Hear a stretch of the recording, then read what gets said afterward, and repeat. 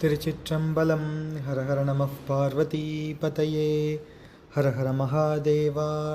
சித்சபேசா சிவசிதம்பரம். கார்த்திகேய நாம சங்கீர்த்தனம் சிவசுப்பிரமணியோம்.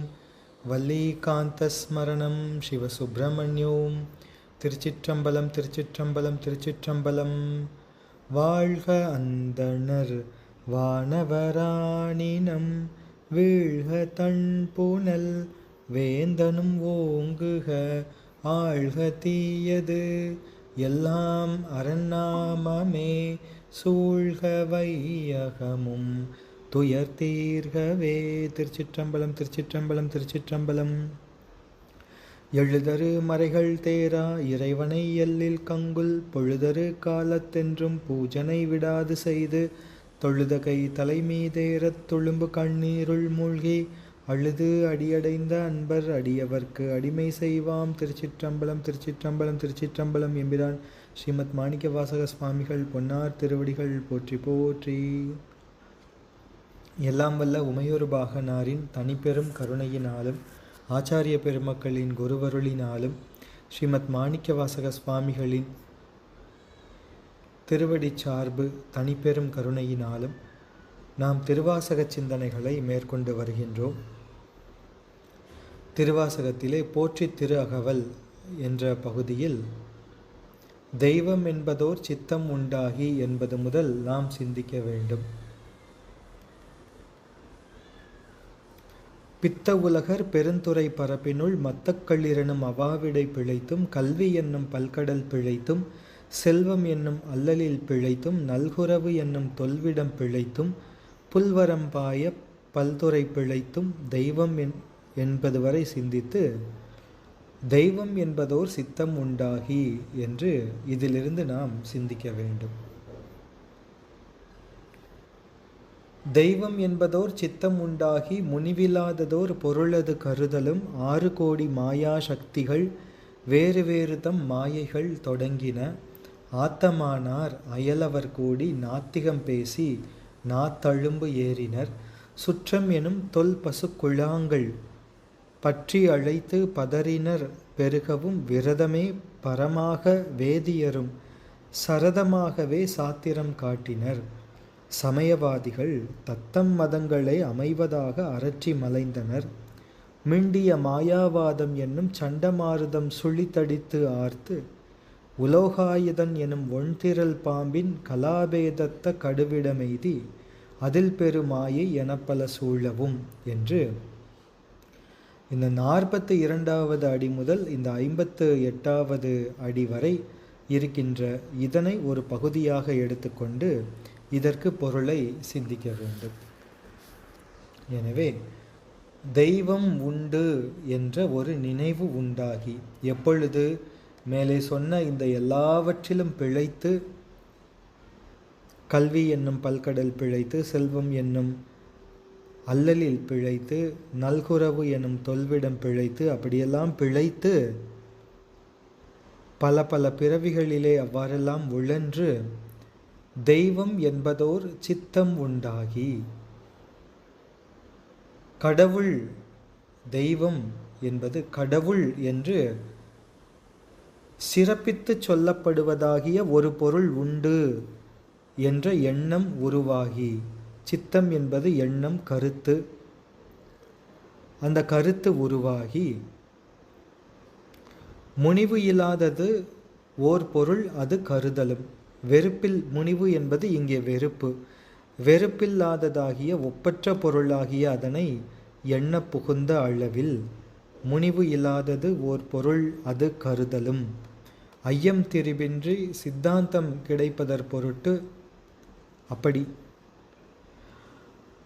6 மாயா கோடி சக்திகள் என்று அதனை அதற்கு அடுத்த இடத்திலே வைத்து கொள்ள வேண்டும். எனவே தெய்வம் என்பதோர் சித்தம் உண்டாகி தெய்வம் என்பது கடவுள்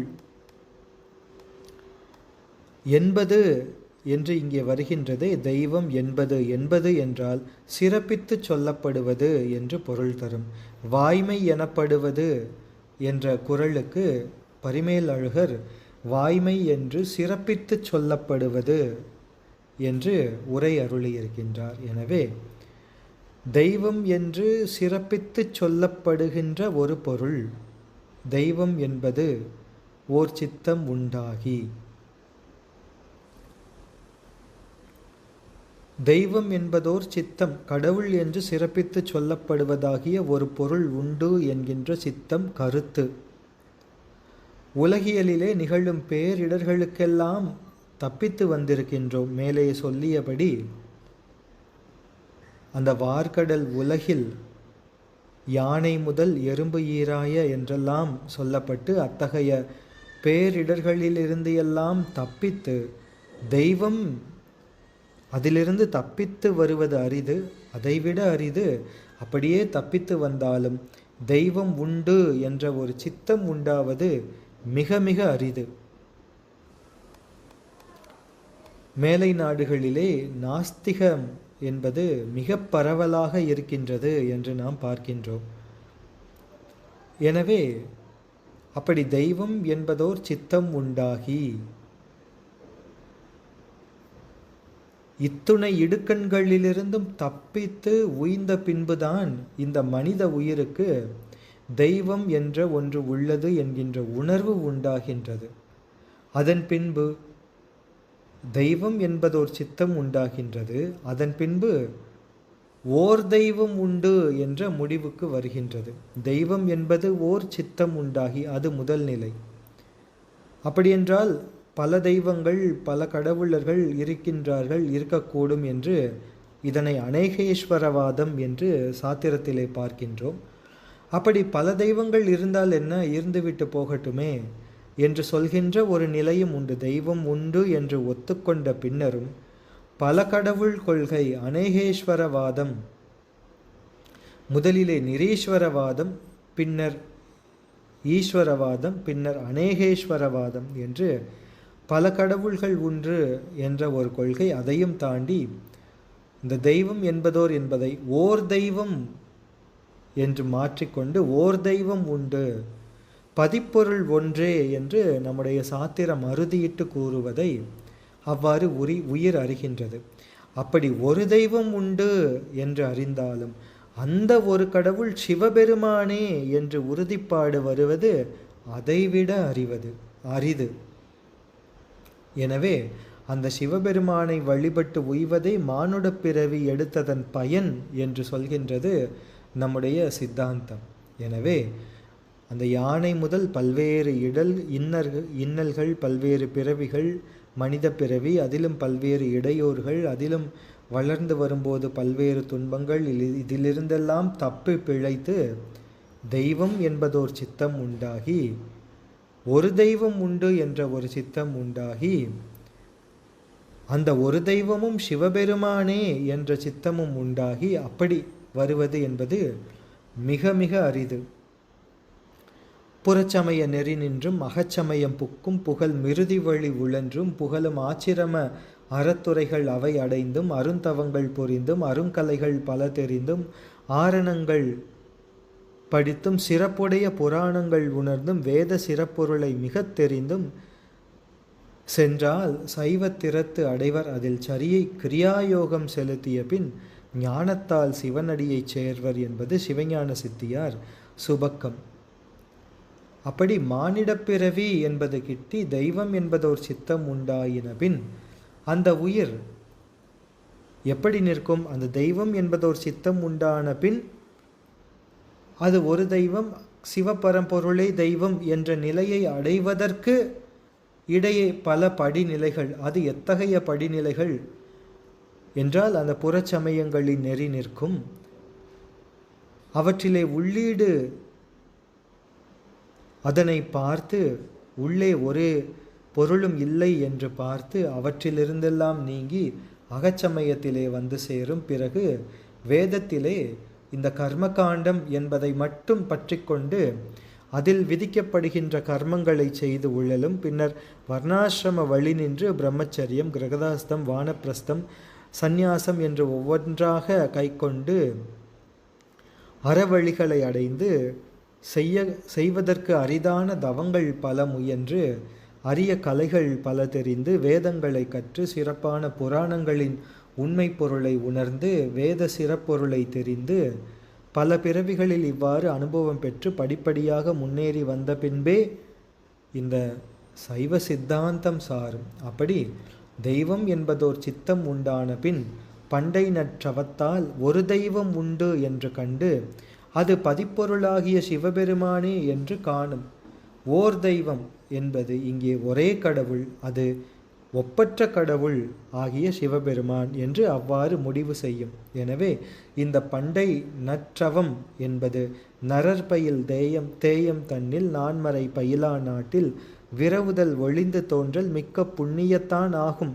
தரையினில் கீழை விட்டு தவம் செய் சாதியினில் வந்து பரசமயங்கட்கெல்லாம் பாக்கியம் பண்ணொண்ணாதே என்று சிவஞான சித்தியார் சுபக்கம் சொல்வது போல இங்கே தெய்வம் என்பதோர் சித்தம் உண்டு என்பது இங்கே சித்தம் என்பது முடிவு என்று பொருள் கொண்டு இனி அந்த பாக்கியம் பண்ணிய உயிர் அந்த பதிப்பொருளை வழிபட்டு உய்வதுதான் பிறவி எடுத்ததன் பயன் என்று முடிவு செய்ய வேண்டும். மானுட பிறவிதானும் வகுத்தது மணவாக்காயம் ஆனிடத்து 5 மாடும் அரண்பணிக்காக வன்றோ வானிடத்தவரும் மண்மேல் வந்து அரணை அர்ச்சிப்பர் ஊனெடுத்து உழலும் ஊமர் ஒன்றையும் உணரார் அந்தோ என்பதும் சிவஞான சித்தியார் சுபக்கம். அப்படி தெய்வம் என்பதோர் சித்தம் உண்டாகி முனிவில்லாதது ஓர் பொருளது கருதலும். முனிவில்லாதது என்றால் வெறுக்கப்படாதது, எஞ்ஞான்றும் வெறுக்கப்படாதது.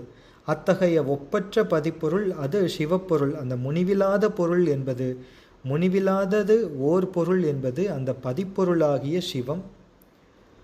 அது முனிவில்லாதது. முனிவு என்றால் வெறுத்தல்.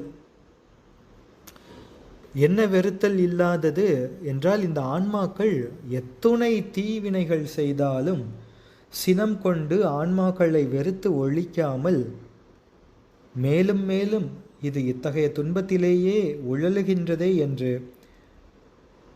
கோபம் வருவதற்கு பதிலாக வெறுப்பு வருவதற்கு பதிலாக கருணைதான் அதிகமாகிக் கொண்டே இருக்கின்றது எம்பெருமானிடம். அந்த வகையில் இந்த ஆன்மாக்கள் செய்த தீவினைகள் தவறுகளுக்கெல்லாம் தண்டிக்க வேண்டும் என்றால் அத்துணை தண்டனைகளை இந்த ஆன்மா தாங்காது. அவ்வளவு தீவினைகளை இந்த ஆன்மா செய்திருக்கின்றது என்ற போதிலும் வெறுக்காமல் என்று சொல்லவே விரும்பாமல் என்றும் பெறப்பட்டு அந்த பெருமான் வேண்டுதல் வேண்டாமை இல்லாத பெருமான் என்று பெறப்பட்டு அத்தகைய ஒப்பற்ற பொருள், அது ஒன்றாக உள்ள பதிப்பொருள், அது ஒப்பற்ற பொருள். அது இந்த தனுகரண புவன போகங்களை தந்து உயிர்களை நல்ல நிலைக்கு செலுத்துகின்ற கடவுள் தன்னுடைய அந்த அருட்செயலில் கருணையில் அது காரணமாக வெறுப்பு என்பது சிறிதும் இல்லாமல் முனிவில்லாததோர் பொருள் என்று அந்த பதிப்பொருள்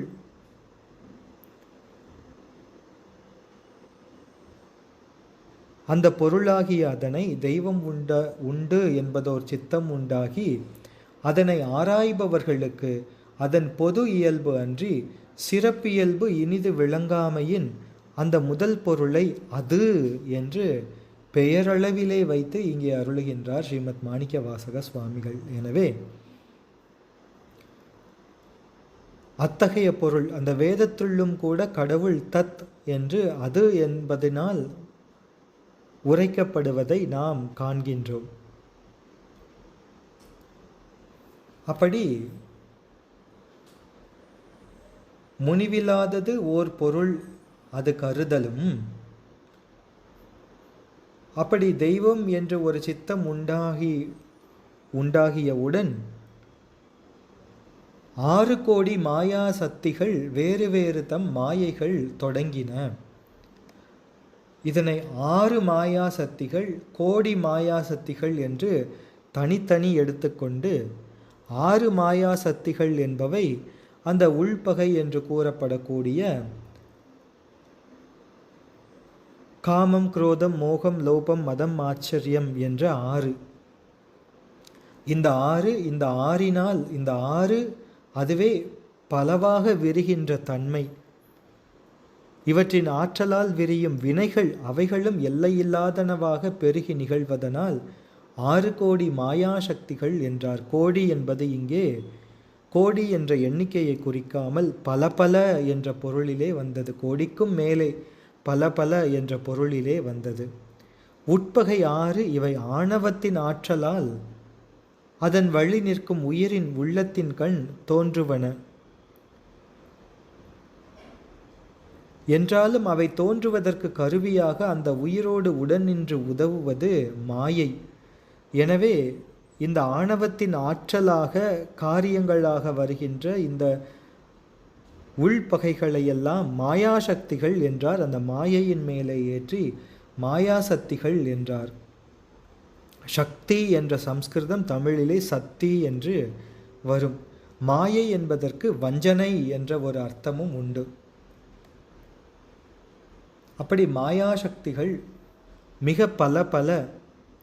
இந்த 6 கோடி என்பதனை திருமந்திரத்திலே இந்த 6 என்பதனை 6 மாயாசக்திகள் கோடி மாயாசக்திகள் என்று பிரித்து பார்க்க வேண்டும் என்று பார்த்தோம். அதன்படி இந்த 6 என்பவை மாயை, பைந்தவம், வைகரி, ஓமாயை, உள்வொளி என்ற 6. இது எம்பிரான் திருமூலதேவநாயனார் அருளிய திருமந்திரம். மாமாயை, மாயை, வைந்தவம், வைகரி, ஓமாயை, உள்ளொளி, 6 கோடியில் தாமான மந்திரம் சத்திதன் மூர்த்திகள் ஆமாயலவான் திரிபுரையாங்கே என்று வருகின்றது. அப்படி அந்த 6 இந்த 6ம் ஒவ்வொரு கோடியாக 6 கோடி. இவைகள் வேறு வேறு தம் மாயைகள் தொடங்கின. ஒவ்வொன்றும் தனித்தனியாக தத்தம் மாயைகளை தொடங்கின என்றும் ஒவ்வொன்றும் தாமே பல்வேறு மாயைகளை தொடங்கின என்றும் உரைத்து கொள்ள வேண்டும். அப்படி உரைத்து கொண்டு விட்டு இந்த பகுதியின் நிறைவிலே வருகின்றதே உலாகாயுதம் எனும் ஒன்திரல் பாம்பு, அதனை இங்கே வைத்து கொண்டு கூட்டிக் கொள்ள வேண்டும். அந்த 6 கோடி மாயாசக்திகள் எவ்வாறெல்லாம் தொழில்படுகின்றன என்பதை விளக்க வருகின்ற ஸ்ரீமத் மாணிக்கவாசக சுவாமிகள் அருளுகின்ற இதற்கு அடுத்தபடியாக இருக்கின்ற பகுதிகளிலே அந்த உலோகாயுதன் எனும் ஒன்திரல் பாம்பு என்பதனை இந்த இடத்தில் இதற்கு அடுத்தபடியாக, அதாவது தெய்வம் என்பதோர் சித்தமுண்டாகி முனிவிலாததோர் பொருளது கருதலும் 6 கோடி மாயாசக்திகள் வேறு வேறு தம் மாயைகள் தொடங்கின. அதற்கு அடுத்தபடியாக ஆத்தமானார் அயலவர் கூடி. அதற்கு முன்பாக இந்த உலோகாயுதன் எனும் ஒன்திரல் பாம்பின் கலாபேதத்த கடுவிடம் எய்தி என்பதனை இங்கே வைத்து கொண்டு பொருள் கொள்ள வேண்டும் என்று சிவகுடில் விளக்க ஆசிரியர் அருளுவார். எனவே அப்படி உலோகாயுதன் எனும் ஒன்திரள் பாம்பு ஏன் என்றால், இந்த சமயம் என்று ஒன்று வந்த பிறகு அதிலே நாம் பார்க்கின்றோமே இந்த 24 சமயங்கள், புறப்புற சமயம், புறச்சமயம், அகப்புற சமயம், அகச்சமயம் என்று. அதிலே அந்த கடைசி நிலையிலே புறத்திற்கும் புறமாக வைத்து எண்ணப்படுகின்ற சமயங்களிலும் மிக புறம்பாக, வெளியே மிக தூரமாக, கொள்கைக்கு மிக தூரமாக இருக்கின்ற சமயம் நாஸ்திகமும் உலோகாயுதமும். எனவே தான் அந்த உலோகாயுதம் என்பதனை இவ்வாறு முதலிலே கொண்டு கூட்டிக்கொண்டு அந்த உலோகாயுதன் எனும் ஒன்திரள் பாம்பு. உலோகாயுதரும் சரி, நாஸ்திகரும் சரி, அவர்கள் கடவுள் கொள்கை இல்லாதவர்கள். இந்த உலோகாயுதர்கள் உலோகாயுதன் மதம் மறுப்பு, அது சாத்திரங்களிலே நாம் பார்க்கின்றோம். இவர்கள் காட்சி பிரமாணம், பிரத்யக்ஷ பிரமாணத்தை மட்டுமே ஏற்பவர்கள். இந்த உலக விஷயங்கள் சிற்றின்பமே பொருள் என்று கொண்டவர்கள்.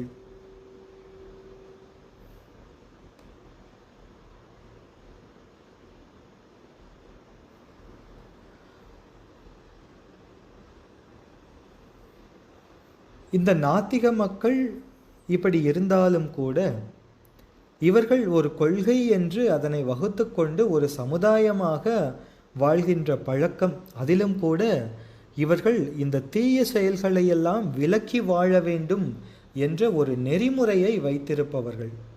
இந்த உலோகாயுதர்களும் சரி, நாத்திகர்களும் சரி, கொலை, களவு, பொய், சூது, காமம் இவற்றையெல்லாம் செய்யக்கூடாது, இவையெல்லாம் தீய செயல்கள் என்று இந்த உலோகாயுதர்கள் இவற்றிலெல்லாம் ஈடுபட மாட்டார்கள், ஈடுபட தயங்குவார்கள்.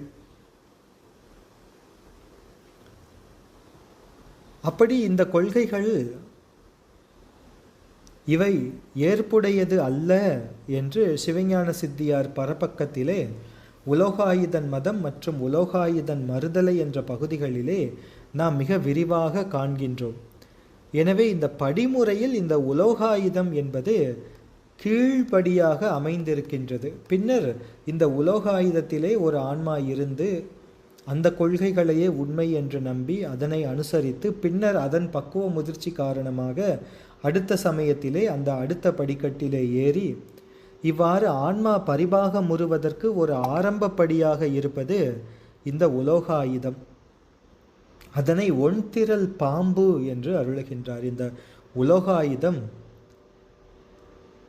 இப்படிப்பட்ட கொள்கை உடையது. அந்த பிரத்யக்ஷ பிரமாணம் ஒன்று மட்டுமே என்று ஏற்றுக்கொள்வதனால், இந்த உலக விஷய இன்பமே சரி என்று ஏற்றுக்கொள்வதனால் அது அந்த இளைஞர்களை கவர்கின்ற இயல்பாக இருக்கக்கூடியது. எனவே இதன் பிடியிலே சிக்கிவிட்டால் மீள்வது மிக அரிது. எனவே ஒண்திரள் பாம்பு என்றார். இந்த பாம்பு என்பது எந்த போராட்டம் இன்றியும் எந்த ஒரு ஆயுதம் இன்றியும் யானை போன்ற மிகப்பெரிய விலங்குகளையே அச்சுறுத்தக்கூடியது, கொல்லவும் கூடியது. பாம்பு கண்டால் படையே நடுங்கும் என்று கூட சொல்வார்கள். அது அந்த கலாபேதத்த கடுவிடம், கல்வியின் கூறுகளான கடுவிடம். இதை காமக்கலையின் கூறுகள் என்று தேசிகர் அவர்கள் உரைப்பார்கள். நாத்திகர் கூறும் ஒவ்வொன்றுமே நஞ்சாக இருப்பதனால் அதனை கடுவிடம் என்று அருளுகின்றார். பாம்பின் நஞ்சிற்கு கூட மருந்து முதலியவற்றால் தப்பி உயிர் வாழலாம். ஆனால் இந்த நாத்திகர் பேச்சில் இந்த உலோகாயுதர்களினுடைய அந்த கொள்கைகளிலே மயங்கிவிட்டால் அதிலிருந்து தப்பி பிழைப்பது மிக அருமை.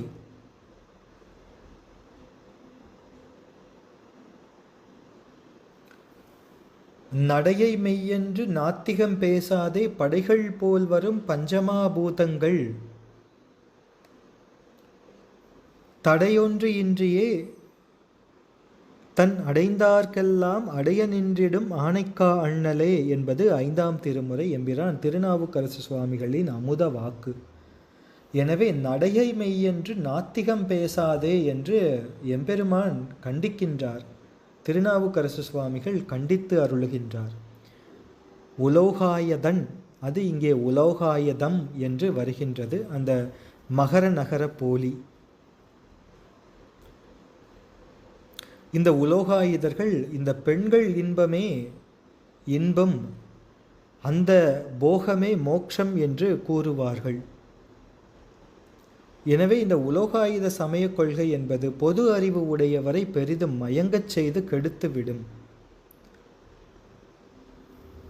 எனவே இந்த உலோகாயுதம் என்பது மிக்க வலிமை உடைய பாம்பு, ஒண்திரள் பாம்பு. அந்த உலோகாயுதம் என்கின்ற பாம்பின் விஷம் அது இந்த உலோகாயுதத்தினுடைய பல்வேறு வகைப்பட்ட கலைகள், அது பாம்பின் விஷமாக இவ்வாறு உருவகம் செய்யப்பட்டன. உலோகாயுதர்கள் காட்சி ஒன்றையே பிரமாணம் என்றும், காட்சி பொருளாகிய பிருத்திவி, அப்பு, தேயு, வாயு என்ற 4மே மெய்ப்பொருள், அதாவது பஞ்சபூதங்களிலே ஆகாயம் தவிர்த்து இருக்கின்ற 4 பூதங்களை ஏற்றுக்கொள்பவர்கள். இந்த 4 பூதக்கூட்டம்தான் சரீரம், அதுதான் ஆன்மா என்றும், உடல் வளர அறிவு வளரும், உடம்பு தேய அறிவு தேயும் என்றும், ஈஸ்வரன் என்று ஒருவர் இல்லை என்றும், இப்பொழுது நாம் அனுபவிக்கின்ற சுகதுக்கங்கள், இப்பொழுது இம்மையில் இப்பொழுது இந்த பிறவியில் நாம் அனுபவிக்கின்ற சுகங்கள் தான் ஸ்வர்க்கங்கள், நாம் இப்பொழுது அனுபவிக்கின்ற துன்பங்கள் தான் நரகங்கள் என்ற கருத்து உடையவர்கள். சரீரம் நசித்துவிட்டால் இனிமேல் ஆவது ஒன்றுமில்லை என்றும், எனவே உடம்புக்கு வேறாக ஆன்மா என்று ஒன்று இல்லை என்று கூறுவது இந்த உலோகாயுதர்களினுடைய கொள்கை. இந்த பஞ்சபூதங்களிலே பிருத்திவி, அப்பு, தேயு, வாயு என்கின்ற இந்த நிலம், நீர், நெருப்பு, காற்று, இந்த 4 தான் தத்துவங்கள், 4 தத்துவங்கள் தான் உலகாயுதர்களுக்கு. அதோடு கூட இவைகள் நித்த பொருள்கள் என்று சொல்பவர்கள். இந்த 4 கூட்டமே உடம்பு என்று சொல்வார்கள். எப்படி என்றால், வெற்றிலையும் பாக்கும் சுண்ணாம்பும் கூடிய போது சிவப்பு நிறம் என்ற ஒன்று தோன்றுவது போல பிருத்திவி முதலிய 4 பூதங்களின் கூட்டுறவினால் ஒரு உணர்வு உண்டாகும். அந்த உணர்வு உடம்பு வளர வளரும். இந்த உடம்பு தேய அந்த உணர்வு தேயும். எனவே உடம்புக்கு வேறாக ஆன்மா இருக்கின்றது என்பது பொய். இந்த உடம்பிற்கு இன்ப துன்பங்கள் இயல்பாகவே உள்ளன. இவற்றுக்கு காரணம் வினை என்பது பொய் என்று அந்த வினை கொள்கையையும் இவர்கள் மறுப்பார்கள். ஏனென்றால் இந்த உடம்பிற்கு இன்ப துன்பங்கள் இயல்பாக இயற்கையாக இருப்பவை. இவற்றுக்கு இன்னொரு காரணம் சொல்ல வேண்டும் என்ற அவசியம் இல்லை. எனவே நாம் சொல்கின்றோம் வினை காரணமாக இந்த உடம்பு, அதன் வினை காரணமாக இன்ப துன்பம் என்று சொல்கின்றோம். அது அப்படி அல்ல. வினை என்று இருப்பதே பொய் என்று சொல்வார்கள். இவர்கள் பிரத்யக்ஷத்தை மட்டுமே ஏற்றுக்கொள்பவர்கள். எனவே கடவுள் காணப்படாததினால் காணப்படாத கடவுள் ஒருவர் உண்டு என்பதும் பொய் என்ற கொள்கை உடையவர்கள். ஈஸ்வரன் என்ற ஒரு பொருள் இல்லை என்று சொல்வார்கள். இளமையிலே மங்கை பருவத்து மகளிரை மணந்து உண்டு உடுத்து வாழ்வதுதான் ஸ்வர்க்க இன்பம். இதனை அடைய முடியாதபடி பகைவராலும் நோயாலும் வறுமை முதலியவற்றாலும் வருந்துவது நரக துன்பம். எனவே இதுதான் ஸ்வர்க்கம், நரகம், இன்பம், துன்பம் என்று கூறப்படுகின்றதை தவிர இதற்கு வேறாக ஸ்வர்க்கம் என்று ஒன்று தனியாகவோ நரகம் என்று ஒன்று தனியாகவோ இருப்பதில்லை. அவ்வாறு இருக்கின்றது என்று கூறப்படுவதை ஏற்க முடியாது என்று சொல்பவர்கள் இவர்கள். எனவே உடம்போடு உயிரை கூட்டி வினைக்கு ஈடான இன்பத் துன்பங்களை கொடுத்தற்கு ஒரு கடவுள் உண்டு என்பதும் பொய் என்பது அவர்களினுடைய கருத்து. இவர்களினுடைய கொள்கை என்ன? ஒரு அரசன், நாம் ஒரு நாட்டிலே வாழ்கின்றோம், ஒரு சமுதாயத்திலே வாழ்கின்றோம். அந்த அரசனின் ஆணைக்கு பொருந்தும்படி வாழ்கின்ற நாட்டினுடைய சட்டதிட்டங்களை மதித்து இந்த அரசனின் ஆணைக்கு பொருந்த நடந்து மங்கை பருவ மகளிரை மணந்து வாழ்வதுதான் வாழ்க்கை. மகளிரது ஊடலை உணர்வதும் அதனை தீர்க்கும் வழியை அறிவதும் தான் கல்வி. ஊடிய மகளிரை எண்ணி எண்ணி உடல் மெலிதல், உடல் நீங்கும் பொருட்டு அவர் பாதங்களில் வீழ்ந்து வருந்தி பிரார்த்தித்தல், இவையே பெருந்தவம். ஊடல் நீங்கும் பொருட்டு மகளிர் பாதங்களில் ஊடல் நீங்கும் பொருட்டு மகளிர் பாதங்களில் வீழ்ந்து வருந்தி பிரார்த்திப்பதுதான் பெரும் தவம். ஊடல் நீங்கிய மகளிரை புணர்ந்து வேறொரு உணர்ச்சியின்றி இன்புறுதலே முத்தி. இவ்வாறு இன்புற்று வாழ்பவர்களே முக்தர்கள் என்பது அவர்களினுடைய அந்த காட்சிவாதம், உலோகாயுதம். இது சாருவாகம் என்றும் சொல்லப்படும். இந்த உலோகாயுத மதம், இவர்கள் இந்த உடம்பு, அதற்கு வேறாக ஆன்மா இல்லை என்று சொல்பவர்கள். எனவே இந்த உலோகாயுத மதத்தைச் சேர்ந்தவர்கள்தான் ஸ்தூல தேக ஆன்மவாதிகள். ஸ்தூல தேக ஆன்மவாதம், சூக்ஷ்ம தேக ஆன்மவாதம், இந்திரிய ஆன்மவாதம், அந்தக்கரண ஆன்மவாதம், பிராண ஆன்மவாதம், சமுதாயவாதம் என்று நாம் அந்த 3ஆம் நூற்பாவிலே சிவஞான போதத்திலே பார்க்கின்ற பெரும்பான்மையானவர்கள் இந்த உலோகாயுத மதத்தைச் சேர்ந்த பிரிவுகள்தான். இந்த ஸ்தூல தேகமே ஆன்மா, எனது உடல் என்றலின் என்று அதனை நாம் மறுக்கின்றோம். அப்படி சூக்கும தேக ஆன்மவாதம், இந்திரியமே ஆன்மா, அந்த கரணமே ஆன்மா, பிராணனே ஆன்மா, சமுதாயம், இவை எல்லாம் சேர்ந்த அந்த சமுதாயமே ஆன்மா என்றெல்லாம் பல பிரிவுகள் இந்த உலோகாயுதத்திலே இருப்பார்கள். மண் முதலிய அந்த 4 பூதங்களின் சேர்க்கையால் ஒரு அறிவு உண்டாகும் என்று அவர்களினுடைய கொள்கை. சரி, இந்த உலோகாயுத மதம் என்று இருக்கின்றதே, இதனை செய்தவர் யார் என்றால் தேவகுருவான பிரகஸ்பதி. இது கந்தபுராணத்திலும் வருகின்றது, சிவஞான சித்தியார் பரபக்ஷத்திலும் வருகின்றது. கந்தபுராணத்திலே தேவர்கள் துன்பம் அடைகின்றார்கள், சூரபத்மன் வதம் என்றெல்லாம் நிகழ்ந்து முருகப்பெருமான் அந்த இந்திரன் உள்ளிட்ட தேவர்களை ஸ்வர்க்கத்திலே குடியேற்றுகின்றார். இந்திரனுக்கு பழைய ஆட்சி பொறுப்பு வழங்கப்படுகின்றது. அந்த நிலையிலே இந்திரனுக்கு மெய்ஞான உணர்வு சித்திக்கின்றது. இவ்வளவெல்லாம் துன்பப்பட்டோமே என்று அந்த நிலையாமை, இந்த ஒரு சொர்க்க வாழ்வுக்காக, இந்திராணியோடு கூடி இருக்கின்ற அந்த வாழ்வுக்காக, போகத்திற்காக இவ்வளவு எல்லாம் ஒரு இனமே, இந்த தேவர் இனமே கஷ்டப்பட்டதே, இதெல்லாம் ஒரு இன்பமா? அந்த முருகக் கடவுளினுடைய அந்த பெருமை, அவரினுடைய அந்த கருணை, வீரம், அற்புதம் இவற்றையெல்லாம் சிந்தித்து இந்த இந்திர போகம் இதெல்லாம் ஒரு போகமா? இனி நான் தவம் செய்வேன், முருகப்பெருமானின் திருவடியிலே நிலையாக இருக்க வேண்டும் என்பதற்காக தவம் செய்வேன். எனக்கு இந்த ஆட்சி பொறுப்பு என்பதெல்லாம் வேண்டாம் என்று இந்திரன் அந்த நிலையாமை உணர்வு பெற்று இந்திரபோகத்தை வெறுத்து இருக்கின்ற அந்த நிலைமையில் பிரகஸ்பதி, அந்த தேவர்களினுடைய குரு வியாழன், வியாழ பகவான், அவர் இந்த இந்திரனுக்கு உலோகாயுத மதத்தை உபதேசிக்கின்றார். இந்திரா, அப்படி என்ன சொல்லிவிட்டாய்? இது உன்னுடைய நாடு அல்லவா, இதற்கு நீ அரசன் அல்லவா, அமராவதிக்கு தலைவன் நீ அல்லவா, ஆட்சி செலுத்த வேண்டும் அல்லவா, இதற்குத்தானே இவ்வளவு தூரம் கஷ்டப்பட்டாய் என்று அந்த தேவ மகளிரினுடைய அந்த ஆடல்கள், அங்கே இருக்கக்கூடிய செல்வங்கள், போகங்கள் இவற்றையெல்லாம் எடுத்துக்காட்டி இந்திரன் அங்கே ஆட்சி செய்ய வேண்டும் என்பதற்காக அத்தகைய அந்த உலோகாயுத மதத்தை, போகம் ஒன்றே முக்கியம் என்று சொல்கின்ற அந்த மதத்தை அங்கே பிரஸ்தாபித்தார் பிரகஸ்பதி என்று கந்தபுராணத்திலே வருகின்றது. அதையே கூட சிவஞான சித்தியார் பரபக்கத்திலே முதலாவதாக வருகின்ற அந்த உலோகாயுதன் மதம் மறுப்பு என்கின்ற அந்த பகுதியிலே வருகின்ற முதல் விருத்தத்திலே கூட அப்படித்தான் இருக்கின்றது. அந்த இந்திர புரோகிதன் இயம்பும் ஒரு நூலின் தந்திரமெனாது அறிவினோடு அருளிலாமல் என்று அந்த முதல் விருத்தம் சிவஞான சித்தியாரில் முதல் மதம் உலோகாயுதன் மதம் கூறி அதனுடைய மறுப்பு என்ற வகையிலே அங்கே சொல்லும்போது இந்திர புரோகிதன் இயம்பும் ஒரு நூல் என்று இந்த உலோகாயுத மதத்தை அங்கே அவ்வாறு சித்தியாரிலே அருள்கின்றார் ஸ்ரீமத் அருள்நந்தி சிவாச்சாரிய பெருமான். அப்படி இந்த உலோகாயுத மதத்தை சொன்னவர் பிரகஸ்பதி என்கின்ற அந்த வியாழ பகவான். அவர் தேவர்களின் குரு. அப்படிப்பட்ட இந்த உலோகாயுதம் என்பது அவர்கள் காட்சிவாதிகள். எனவே இத்தகைய கொள்கைகள் எல்லாம் கூடாது.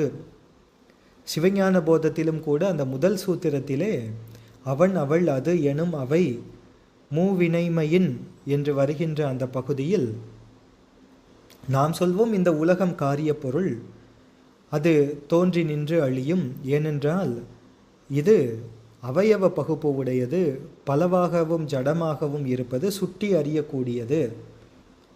எனவே இப்படி இருக்கின்ற பொருட்கள் எல்லாம் தோன்றி நின்று அழியும். எனவே இந்த உலகம் பார்க்கின்ற இந்த பிரபஞ்சம் காரிய பொருள் என்று சொல்லும்போது இந்த உலோகாயுதர்களும் மீமாம்சகர்களும் சொல்லுவார்கள், அப்படி ஏற்றுக்கொள்ள முடியாது. இந்த உலகம் நித்திய பொருள், இந்த உலகம் தோன்றுவதும் இல்லை அழிவதும் இல்லை. ஏனென்றால் இந்த உலகம் இருப்பதைத்தான் நாம் பார்க்கின்றோமே தவிர இந்த உலகம் தோன்றியதை பார்த்தவர் யாராவது இருக்கின்றார்களா? இந்த உலகம் அழியப் போவதை பார்த்தவர்கள் யாராவது இருக்கின்றார்களா? எனவே இந்த உலகம் நித்தம் என்று முதலிலேயே அந்த உலோகாயுத மறுப்பு என்பது சிவஞான போதத்திலும் வருகின்றது என்று நாம் பார்க்கின்றோம். பல மதங்களிலே பின்பற்றுபவர்கள் இருப்பார்கள்.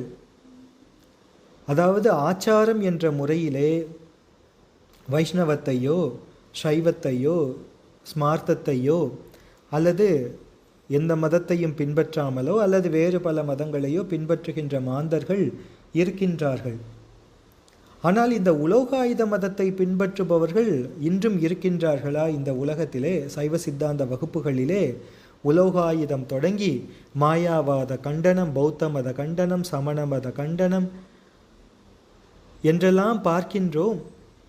சரி, மாயாவாதம், பாஞ்சராத்திரம் என்றெல்லாம் கூட நாம் சமயங்களை இப்பொழுது பார்க்கின்றோம். எனவே அந்த கருத்துக்களுக்கு மறுப்பு தெரிவித்து சொல்வது என்பது சரிதான். ஆனால் இந்த உலோகாயுதம், தார்க்கிகர் இவர்களெல்லாம் இன்றும் இருக்கின்றார்களா? அவர்களையெல்லாம் கூட மறுக்க வேண்டுமா? அந்த பாடங்களையெல்லாம் கூட படிக்க வேண்டுமா? கற்றுக் கொடுக்க வேண்டுமா என்றெல்லாம் சித்தாந்த மாணவர்களின் மத்தியிலே ஐயங்கள் எழக்கூடும். இந்த உலோகாயுத மதம் என்று மறுப்பு என்று நாம் படிக்கின்றோம். இப்பொழுது இந்த மதத்தை பின்பற்றுபவர்கள் யார் இருக்கின்றார்கள்? அப்படி ஒரு மதம் இன்று நிலவவில்லையே.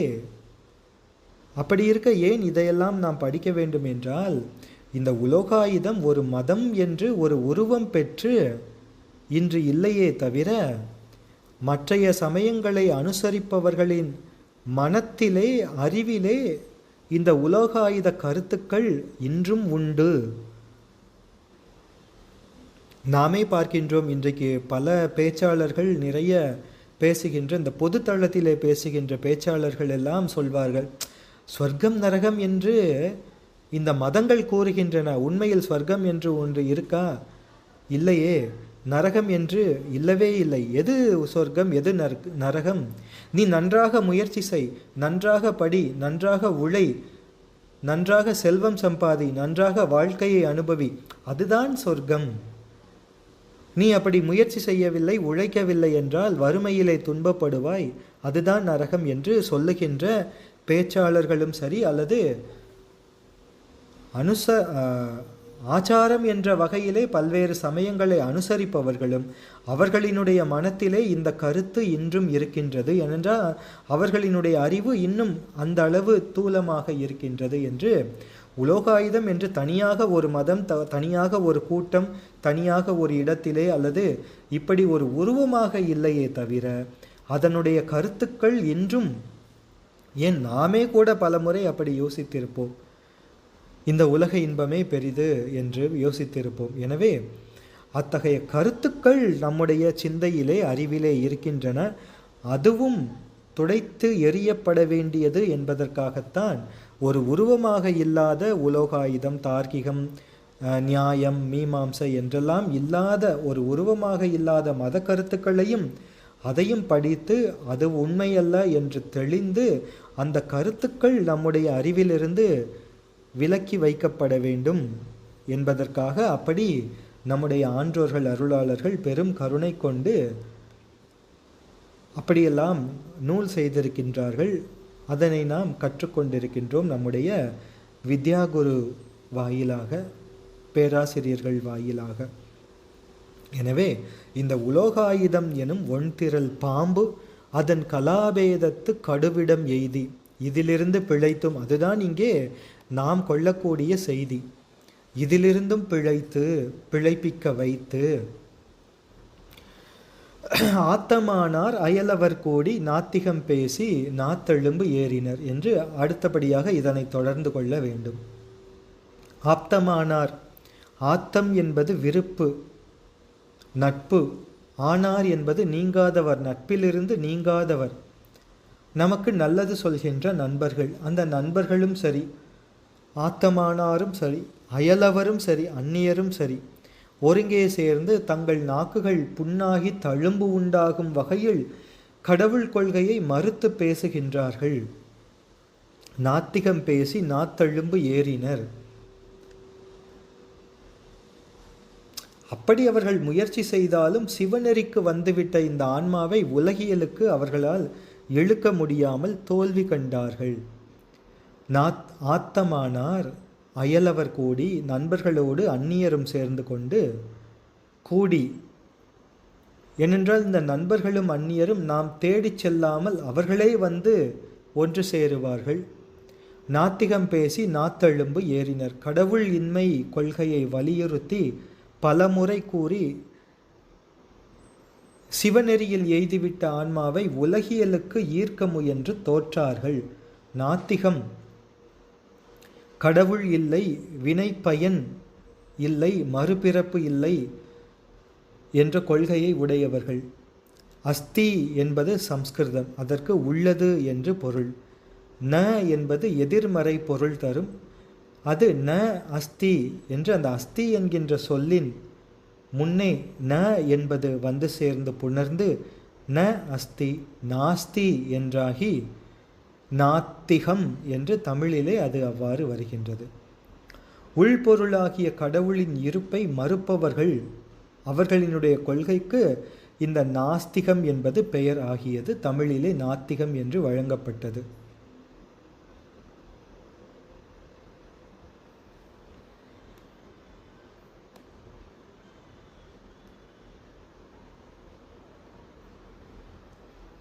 இந்த நாஸ்திகம் என்பது உலகிலே இருக்கின்ற எல்லா நாடுகளிலும் ஆங்காங்கே இருக்கின்ற சமயங்களுக்கு எதிராக தொன்று தொட்டு வருவதுதான்.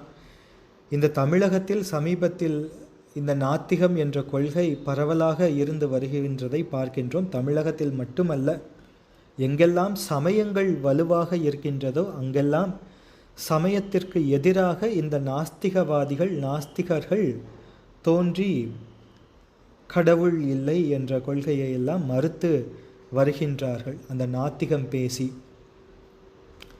இப்பொழுது நமக்கு இருக்கின்ற இந்த செல்வம், மாட மாளிகை, மகளிர் இன்பம், செல்வாக்கு, பதவி போன்றவற்றையெல்லாம் ஏன் நீங்கள் உதறி தள்ளுகின்றீர்கள்? இப்பொழுது உங்கள் கைகளிலே இருக்கின்ற இந்த செல்வம், மாட மாளிகை, மகளிர் இன்பம், செல்வாக்கு, பதவி இவையெல்லாம் இப்பொழுது நீங்கள் அனுபவித்து கொண்டிருக்கக்கூடியது. இவற்றையெல்லாம் உதறி தள்ளிவிட்டு கற்பனையாக இருக்கின்ற ஒரு கடவுள் என்பதை நோக்கி, காணல் நீர் ஆக இருக்கின்ற அந்த கடவுளை நோக்கி நீங்கள் ஏன் ஓட வேண்டும் என்றெல்லாம் வீண்வாதங்கள் பேசுவார்கள் இந்த நாஸ்திகர்கள். அவர்கள் நாத்தழும்பு ஏறினர். ஏனென்றால் ஒரு செயல் நீண்ட காலம் தொடர்ந்து செய்து வந்தால் அந்த செயலை செய்கின்ற உடல் உறுப்புகளிலே காழ்ப்பு ஏற்படும். அதே போல இந்த ஒரே செய்தியை இடைவிடாமல் எத்தனை காலம் பேசுகின்றார்கள்.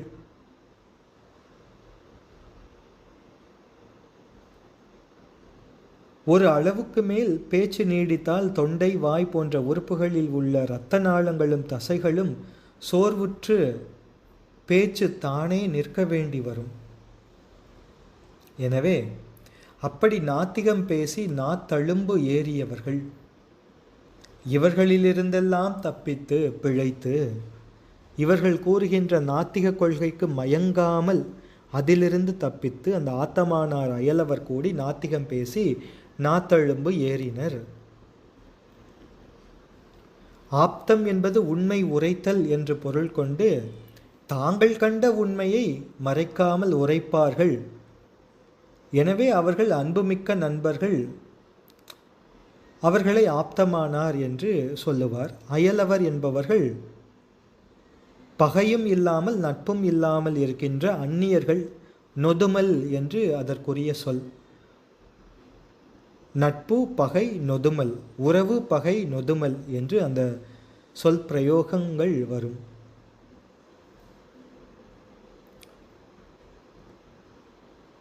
நாஸ்திக்யம் என்ற அந்த நாஸ்திகம் பேசி நாத்தழும்பு ஏறினர். ஏத்தே நாத்தழும்பு ஏற என்பது சதகம். கூத்தனை நாத்தழும்பேற வாழ்த்தி என்பது பொற்சொன்னம். இப்படி இறைநாமத்தை சொல்லி நம்முடைய நாக்கு தழும்பு ஏற வேண்டுமே அன்றி நாஸ்திகம் பேசி தழும்பு ஏறக்கூடாது.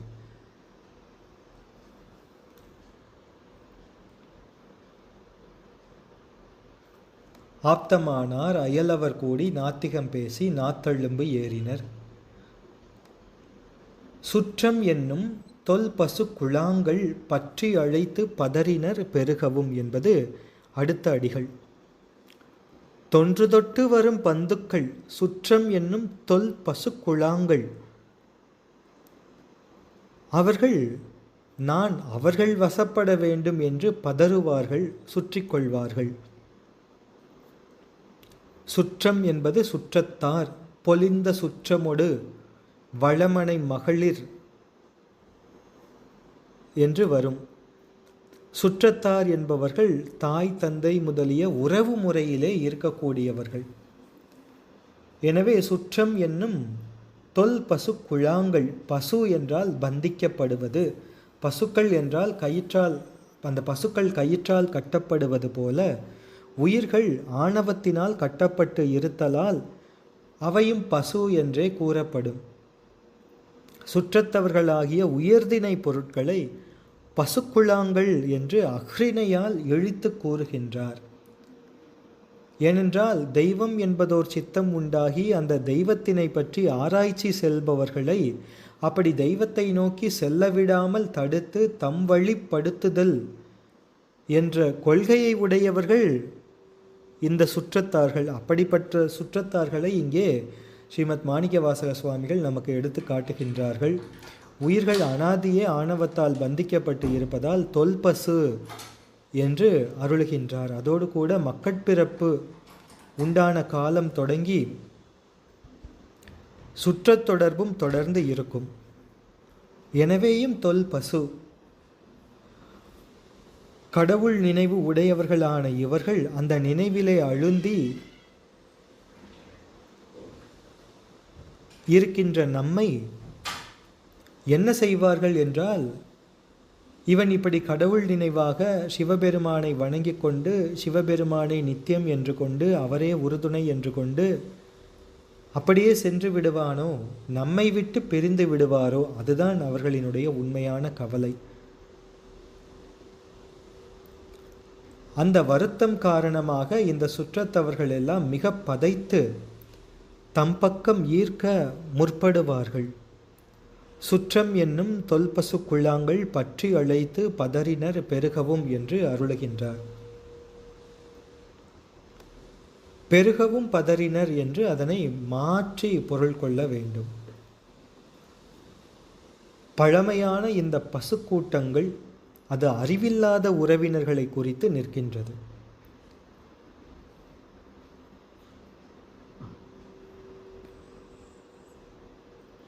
இந்த உலக பந்தத்தினால் உறவு முதலிய தொடர்புகள் எல்லாம் நெகிழ இந்த ஆன்மா சிவநெறியில் முன்னேறும் போது எங்கே தங்களை விட்டு துறவு நெறிக்கு சென்று விடுமோ, இந்த ஆன்மா அதாவது சிவநெறியிலே முன்னேறுபவர்கள் எங்கே தங்களை விட்டு சென்று விடுவார்களோ என்று அஞ்சுபவர்கள். இவர்களை பிணித்துள்ள பாசம் அனாதியாக உயிர் படைப்புக்கு வரும் முன்பே உள்ளது. எனவே தொல் பசு குழாங்கள் என்றார். பற்றி என்றால் பின்பற்றி வந்து சிவநெறியாளன் தங்களை விட்டு துறவு நெறிக்கு சென்று விடாமல் அவனை கட்டிப்பிடித்து கொண்டு என்றும் பொருள் கொள்ளலாம். அழைத்து, அது அழுது புலம்பி, பதறினர் பெருகவும், பதறுதல் துன்பத்தினால் செய்வதறியாமல் கலங்குதல், பெருகவும். தொடக்கத்திலே உறவினர்கள் சிலர் அவ்வாறு இருப்பார்கள். அவர்களினுடைய அந்த அழுகை இவற்றையெல்லாம் கேட்டு அவர்களோடு சேர்ந்து இன்னும் மற்றவர்களும் சேர்ந்து கொள்வார்கள். அப்படி இந்த தொல் பசு குழாங்கள் சுற்றம் என்னும் தொல் பசு குழாங்கள் பற்றி அழைத்து பதறினர் பெருகவும். விரதமே பரமாக வேதியரும் சரதமாகவே சாத்திரம் காட்டினர். சரி, அந்த சுற்றங்களிலிருந்தெல்லாம் அவ்வாறு நம்மை கீழ்ப்படுத்துகின்ற சுற்றங்களிலிருந்தெல்லாம் தப்பி பிழைத்து விட்டாகிவிட்டது, தப்பி பிழைத்தாகிய வந்துவிட்டோம். ஆனால் அதற்கு அடுத்தபடியாக ஒரு தடை, அதனை அருளுகின்றார். விரதமே பரமாக வேதியரும் சரதமாகவே சாத்திரம் காட்டினர். வேதியரும் விரதமே பரமாக சாத்திரம் சரதமாக காட்டினர் என்று இதனை மாற்றிக்கொள்ள வேண்டும். வேதியர் என்றால் இங்கே வேதத்தினுடைய கர்மகாண்டத்தை மட்டும் பிரமாணமாக ஏற்றுக்கொண்டு கடவுள் உண்டு என்ற கொள்கையை ஏற்காத மீமாம்சகர்கள். மீமாம்சகர்கள் அகப்புற சமயத்திலே வருபவர்கள். வேதத்தினுடைய கர்மகாண்டத்தை மட்டும் ஒரு பகுதியை மட்டும் பிரமாணமாக ஏற்றுக்கொள்பவர்கள். வேதங்களிலே கர்மகாண்டத்தில் விதிக்கப்பட்டுள்ள வேள்வி முதலான கர்மங்களை செய்து வந்தால் அந்த கர்மமே அதற்குரிய பலனை தரும். எனவே கடவுள் என்ற ஒரு பொருள் உண்டு என்பதும் உலகம் தோன்றி அழியும் என்பதும் பொய். உலகம் இப்பொழுது எப்படி இருக்கின்றதோ அப்படியே நிலை பெற்றுத்தான் இருக்கும் என்றெல்லாம் இந்த மீமாம்சகர்களினுடைய கொள்கைகள். கர்மமே அதற்குரிய பலனை தரும். கர்ம பலனை தருவதற்கு கர்ம பல தாதா என்று ஒருவர் தேவையில்லை என்பது அவர்களினுடைய கருத்து. வேதத்தின் கர்மகாண்டத்தை ஆய்வு செய்து ஜைமினி என்ற முனிவர் மீமாம்சா என்ற நூல் செய்தார். அந்த நூலுக்கு சரப முனிவர் பாஷ்யம் செய்தார். மூல நூலுக்கும் பாஷ்யத்துக்கும் சிறுபான்மை வேறுபாடுகள். எனவே பட்டாச்சாரியன் என்பவர் மூல நூலை பற்றி வழிநூல் செய்தார். பட்டாச்சாரியாரின் மாணவர் பிரபாகரன் என்பவர் பாஷ்யத்தை பற்றி வழிநூல் செய்தார். இந்த இரு வழிநூல்களையும் பின்பற்றி மீமாம்சக மதம் இரு பிரிவுகளாக இருக்கின்றன.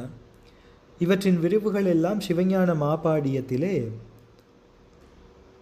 நம்முடைய சிவஞான மாபாடிய வகுப்பிலே,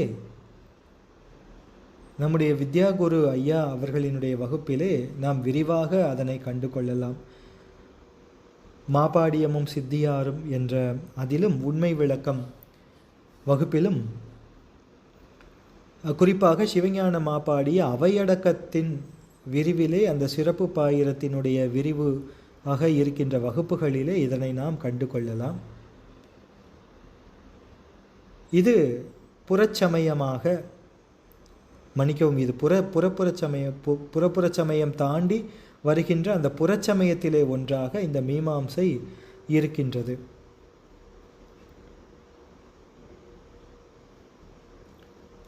விரதமே பரமாக, அந்த விரதம் என்பது வேதத்திலே கர்மகாண்டத்திலே செய்யும்படி விதிக்கப்பட்டிருக்கின்ற கர்மங்கள், அதை இங்கே விரதம் என்று ஸ்ரீமத் மாணிக்கவாசக சுவாமிகள் குறிப்பிடுகின்றார். அந்த விரதமே கர்மகாண்டத்தில் விதிக்கப்பட்ட கர்மங்களே, வேள்விகளே பரம் மேலானது என்று சரதம் என்பது உண்மை. இவர்களெல்லாம் வேதியர்கள், வேதத்தை ஏற்றுக்கொண்டவர்கள். எனவே பொய் கூறாமல் வேதத்தின் பகுதிகளையே பிரமாணமாக காட்டுவார்கள். அப்படி விரதமே பரம் என்று அதனை சாத்திரமாக வேதத்தின் கர்மகாண்டமும் ஜைமினி முனிவரின், சரப முனிவர், பட்டாச்சாரியர், பிரபாகரன் ஆகியோர் செய்த மீமாம்சக நூல்களையெல்லாம் காட்டி சிவநெறியிலே நிற்பவர்களை என்ன சொல்வார்கள் என்றால், சைவத்திரத்தில் நின்று சரியை முதலியவற்றை மேற்கொள்வதில் பயனில்லை, வேதத்தில் கர்மகாண்டம் விதித்த கர்மங்களை மட்டும் செய்க என்று கூறி மறுப்பார்கள், சைவ சித்தாந்தத்தை மறுப்பார்கள். எனவே அப்படி மறுக்கின்ற அந்த மீமாம்சக மதத்திலிருந்தெல்லாம் தப்பி முதலிலே புறப்புற சமயத்திலே ஒன்றாக உலோகாயுத நாஸ்திகத்தை எடுத்துக்காட்டிய நம் அடிகள் பெருமான் புறச்சமயத்திலே ஒன்றான மீமாம்சகத்தை எடுத்துக்கொண்டு, அப்படி மீமாம்சகர்கள் சொல்கின்ற அந்த கொள்கைகளுக்கு மயங்காமல் அதிலிருந்து தப்பு பிழைத்து என்று அருளுகின்றார்.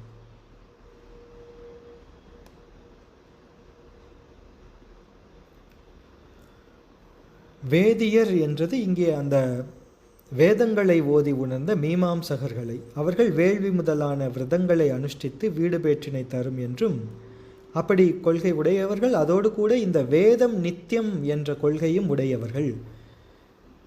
எனவே வேதத்தில் விதித்தன செய்தலும் விலக்கியன ஒழிதலுமே உறுதி பயக்கும் என்று கூறுவார்கள். அந்த வேதம் நித்தியம் என்பது இவர்களினுடைய மற்றொரு முக்கியமான கொள்கை. நாமும் வேதம் நித்தியம் என்றுதான் சொல்கின்றோம். ஆனால் நாம் சொல்வது வேறு. நாம் என்ன சொல்கின்றோம்? வேதம் நித்தியம்தான். ஏனென்றால் நித்தியமான சிவபரம்பொருளினாலே அருளப்பட்டதனால் அது நித்தியம் என்று சொல்வோம். என்றாலும் அது மகாசம்ஹார காலத்திலே பெருமானிடம் ஒடுங்கி பிரதம மகா சிருஷ்டியிலே பெருமானிடம் இருந்து விரியும். பெருமானே பிரதம மகா சிருஷ்டியிலே வேதாகமங்களை அருளி செய்வார். எனவே வேதங்களை நித்தியம் என்று சைவ சித்தாந்திகள் கூறுவது அது நித்தியனாகிய அந்த பெருமான் சொன்னதினாலே அது நித்தியம் என்ற அளவிலே உபச்சாரமாக. இந்த கர்மகாண்டத்தை ஏற்றுக்கொள்கின்ற மீமாம்சகர்கள் வேதம் நித்தியம் என்று சொல்வது அது என்றுமே நித்தியம்தான் என்று அவர்கள் சொல்கின்ற நித்தியம் என்பது வேறு. அது வேதம் என்பது நித்தியம். எனவே அதிலே சொல்லப்பட்ட விதித்தன செய்தல் விலக்கியன ஒழிதல் என்பவற்றை செய்தாலே அது அதற்குரிய பலனை தரும் என்று கூறுபவர்கள்.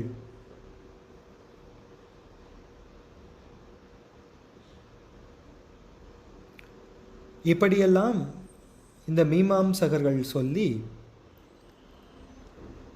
மலைக்க வைப்பார்கள். ஏனென்றால் நாமே கூட பல நேரங்களிலே யதார்த்தமாக சொல்வோம், நான் என்ன பாவம் செய்தேனோ இப்படிப்பட்ட துன்பம் வந்து சேர்ந்து விட்டது. அது உண்மைதான், பாவம் செய்தோம், துன்பம் வருகின்றது, புண்ணியம் செய்திருக்கின்றோம், நன்மை வருகின்றது. ஆனால் நான் நல்லது செய்தேன், இது வந்து சேர்ந்திருக்கின்றது, நான் கெடுதி செய்திருக்கின்றேன், இந்த துன்பம் வந்து சேர்ந்திருக்கின்றது என்று அந்த புண்ணிய பாவங்களின் பயனே அப்படி நேராக வந்ததாக நாமே கூட மயங்கி சில சமயங்களிலே தெரிந்தோ தெரியாமலோ யதார்த்தமாக உலக வழக்கு பற்றி அப்படி சொல்வதும் உண்டு. ஆனால் அந்த புண்ணிய பாவ பலன்களை சேர்க்கின்ற பெருமான் ஒருவர் இருக்கின்றாரே, அவர்தானே கூட்டுவிக்கின்றார் இந்த அனைத்தையும். எனவே அப்படிப்பட்ட சில கருத்துக்கள் கூட நம்மிடம் எழக்கூடாது. எந்த ஒன்றும் பெருமான் தர வருவது என்பதனை நாம் நிலைநிறுத்தி கொள்ள வேண்டும். இந்த கருத்துக்களை கற்கும் போதெல்லாம் அந்த ஒரு ஜாக்கிரத உணர்வை நாம் மேற்கொள்ள வேண்டும். அப்படி இருந்து அடுத்ததாக அருளுகின்றார், சமயவாதிகள் தத்தம் மதங்களே அமைவதாக அரற்றி மலைந்தனர். இது மட்டுமல்ல, இன்னும் எத்தனையோ சமயவாதிகள் தங்கள் மதங்களே பெரிது என்று கருத்து அமையும்படி அரற்றி மலைந்தனர்.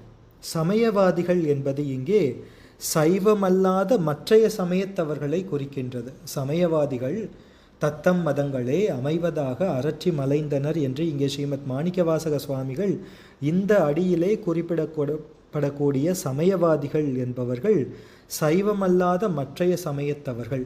அவர்கள் சமயங்கள் தான் அந்த உலோகாயுதம், பௌத்தம், சாங்கியம், நையாயிகம், வைசேஷிகம், மீமாம்சகம் என்றெல்லாம். அப்படி புறச்சமயத்தவர்கள், அகச்சமயத்தவர்கள் என்று நிறைய பிரிவுகள், சமயங்கள். அவர்களெல்லாம் தங்கள் சமயங்களிலே உறுதியாகிய பயனை தரும் நெறி அமைந்திருக்கின்றது என்று அரற்றுபவர்கள். வாதம் செய்வதற்கு மட்டும் ஒரு சமயத்தை பற்றி கொண்டு அந்த நெறியிலே நிலையுற்று நில்லாதவர்கள். இவர்கள் வேதத்திலே உபாசனா காண்டத்தையும் அதனை போன்ற பிற நூல்களையும் பிரமாணமாக கொண்டு ஒரு தெய்வத்தையோ அல்லது பல தெய்வங்களையோ வழிபடுபவர்கள். தத்தம் மதங்களே அமைவதாக இவர்கள் பல நெறியினர்கள். எனவே தாங்கள் கைக்கொண்ட சமயங்களே ஏற்புடையன என்று வாதம் செய்பவர்கள், அரற்றுபவர்கள். அந்த கொள்கையில் உள்ளீடு இல்லை.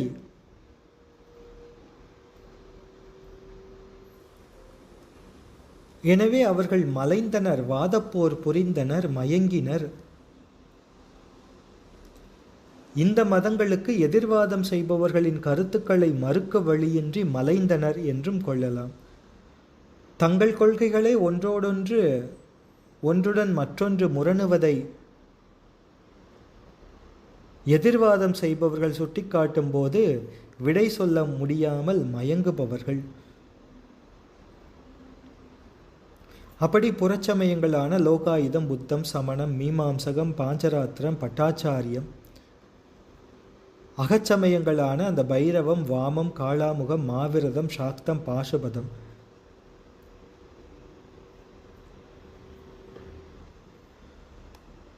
இப்படியெல்லாம் இவர்களெல்லாம் தங்கள் தங்கள் மதங்களே பெரியது, உறுதியானது என்று அந்த சமயங்களை கூறி அரற்றுபவர்கள், அவர்களிலிருந்தெல்லாம் தப்பி என்று அடுத்ததாக ஒன்றை வைக்கின்றார். மிண்டிய மாயாவாதம் என்னும் சண்டமாருதம் சுழித்து அடித்து ஆர்த்த என்று அந்த மாயாவாதத்தை தனியே வைத்து கண்டிக்கின்றார். ஏனென்றால் அது அவ்வளவு பெரிய பிரசண்ட சூறாவளி போன்று கொள்கைகளையெல்லாம் குழப்பக்கூடியது.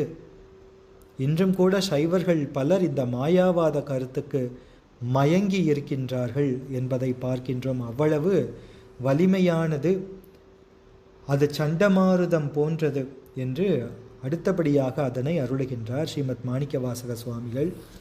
எனவே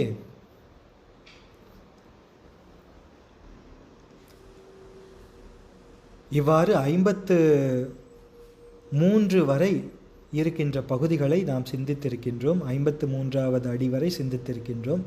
தொடர்ந்து 54, 55 மிண்டிய மாயாவாதம் என்னும் சண்டமாருதம் சொலித்தடித்து ஆர்த்து, அதனை அடுத்த அமர்விலே தொடர்ந்து அதிலிருந்து சிந்திப்போம் என்று கூறி இந்த அமர்வை இந்த அளவிலே நிறைவு செய்து, இதுவரை பொறுமையாக செவிமடுத்த அத்துணை அடியார் பெருமக்களின் திருவடிகளுக்கு அடியேன் மனமொழி மெய்களினால் நன்றிகளையும் நமஸ்காரங்களையும் சமர்ப்பித்து கொண்டு, இந்த அமர்வு அமைந்ததற்கு எம்பிரான் ஸ்ரீமத் மாணிக்கவாசக சுவாமிகளின் திருவடிகளுக்கு நன்றிகளை கூறி, இனி தொடர்ந்து வருகின்ற அமர்வுகளையும் அமைத்து தர வேண்டும் என்று விண்ணப்பத்தையும் வைத்து இந்த அளவிலே நிறைவு செய்வோம். ஹரஹர நம பார்வதி பதையே ஹரஹர மகாதேவா சித்சபேசா சிவசிதம்பரம் கார்த்திகேய நாம சங்கீர்த்தனம் சிவசுப்பிரமணியோம் வல்லிகாந்த ஸ்மரணம் சிவசுப்பிரமணியோம். திருச்சிற்றம்பலம் திருச்சிற்றம்பலம் திருச்சிற்றம்பலம்.